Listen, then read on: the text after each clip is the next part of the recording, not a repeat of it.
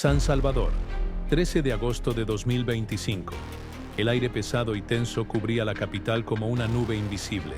En cada esquina, los murmullos repetían el mismo nombre, Nayib Bukele, y en el otro extremo, un hombre surgía como el nuevo rostro de Arena, Joel Sánchez, empresario radicado en Estados Unidos durante décadas, dispuesto a desafiar al presidente más popular en la historia reciente de El Salvador. La confrontación no era solo electoral, era ideológica, histórica y profundamente personal. ¿Qué se escondía detrás de esas palabras? ¿Por qué esta contienda amenazaba con reabrir heridas que el país intentaba dejar atrás? El centro de San Salvador hervía bajo un sol implacable. Vendedores, taxistas y oficinistas discutían la noticia, algunos con rabia contenida, otros con una lealtad férrea hacia el mandatario que había reducido la violencia a niveles nunca vistos. Bukele no hablaba al azar. Sus palabras eran un recordatorio de las décadas en que los excombatientes dominaron la política, ya fuera bajo la bandera de la izquierda o la derecha, bajo promesas incumplidas y corrupción.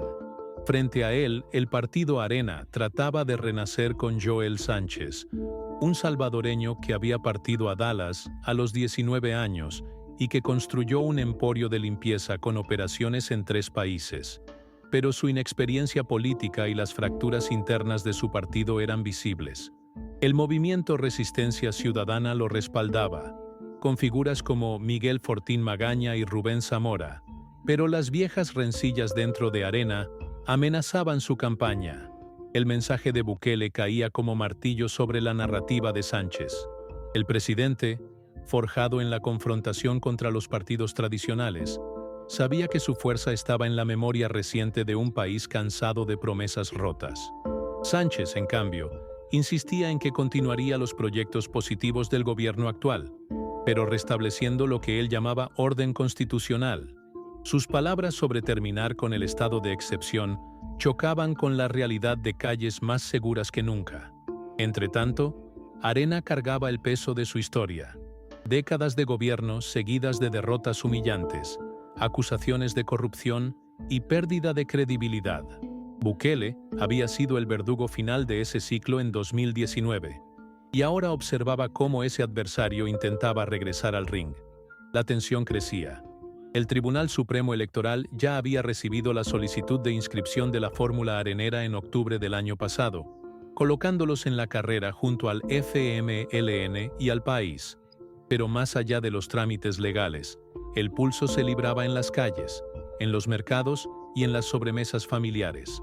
Las palabras del presidente habían encendido un debate que no era solo sobre quién gobernaría los próximos 5 años, sino sobre quién tenía el derecho moral de dirigir un país que aún cicatrizaba de su propia guerra.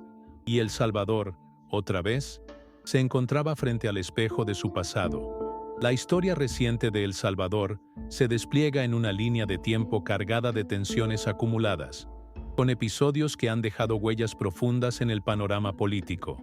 En julio de 2023, la Alianza Republicana Nacionalista, Arena, presentó oficialmente a Joel Sánchez como su candidato presidencial, acompañado por Ilcia Bonilla como aspirante a la vicepresidencia. El anuncio no fue un acto menor. Contó con el respaldo del movimiento Resistencia Ciudadana, que reunía a figuras críticas del gobierno actual, entre ellas Miguel Fortín Magaña y Rubén Zamora. Sánchez, con 55 años, llegaba a la política sin historial en cargos públicos, pero con una trayectoria empresarial sólida como presidente de una compañía de servicios en 3 países. Sus primeras intervenciones se centraron en promesas de restaurar el orden constitucional y fortalecer los valores democráticos. En octubre de 2023, la fórmula arenera formalizó su inscripción ante el Tribunal Supremo Electoral, sumándose a las candidaturas del FMLN y del PAIS. Este paso representaba para Arena un intento de recuperar terreno perdido desde su derrota histórica en 2019, cuando Nayib Bukele rompió el esquema bipartidista que había gobernado el país durante 3 décadas. Sin embargo, la campaña no avanzó en un terreno pacífico. Internamente surgieron acusaciones graves. Selim Alaví, exdirigente del partido, denunció públicamente a Sánchez por presunto chantaje y amenazas. Poco después, el presidente del COENA, Carlos García Saade, lo señaló por lavado de dinero, aunque no existía ningún proceso judicial abierto. Estos incidentes aumentaron la percepción de un partido fracturado, con fisuras expuestas a plena luz. En sus discursos, Sánchez buscaba equilibrar su posición.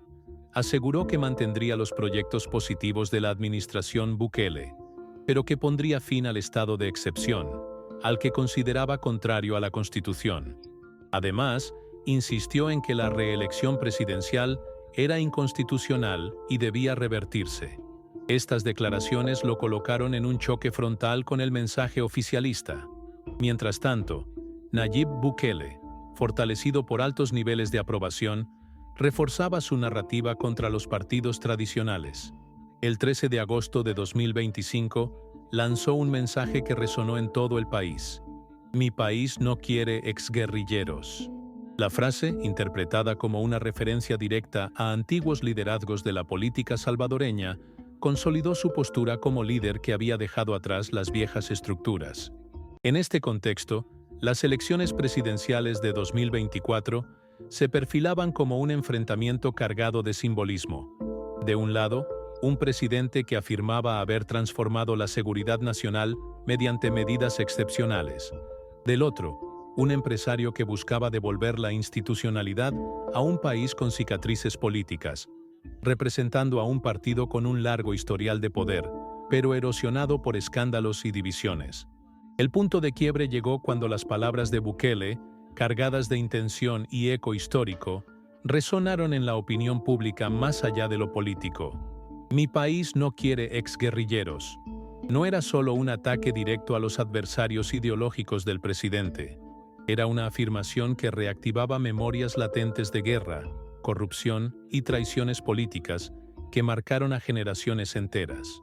La frase comenzó a circular de boca en boca, transmitida en buses, mercados y reuniones familiares, alimentando un clima de polarización en el que cada salvadoreño parecía obligado a definirse, a elegir un bando.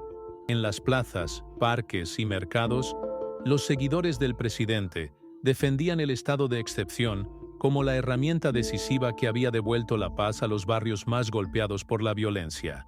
Si lo quitan, vuelven las pandillas, murmuraba un comerciante del centro histórico, con la mirada fija en la calle que antes temía transitar de noche.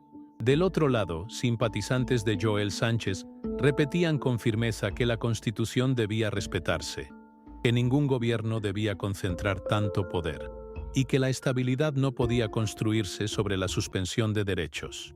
El clímax se materializó en un evento de campaña de Arena, donde Sánchez, bajo un sol inclemente y rodeado de banderas rojas, blancas y azules, reafirmó ante sus seguidores que continuaría los proyectos positivos del actual gobierno, pero que el país necesitaba volver a un marco legal pleno.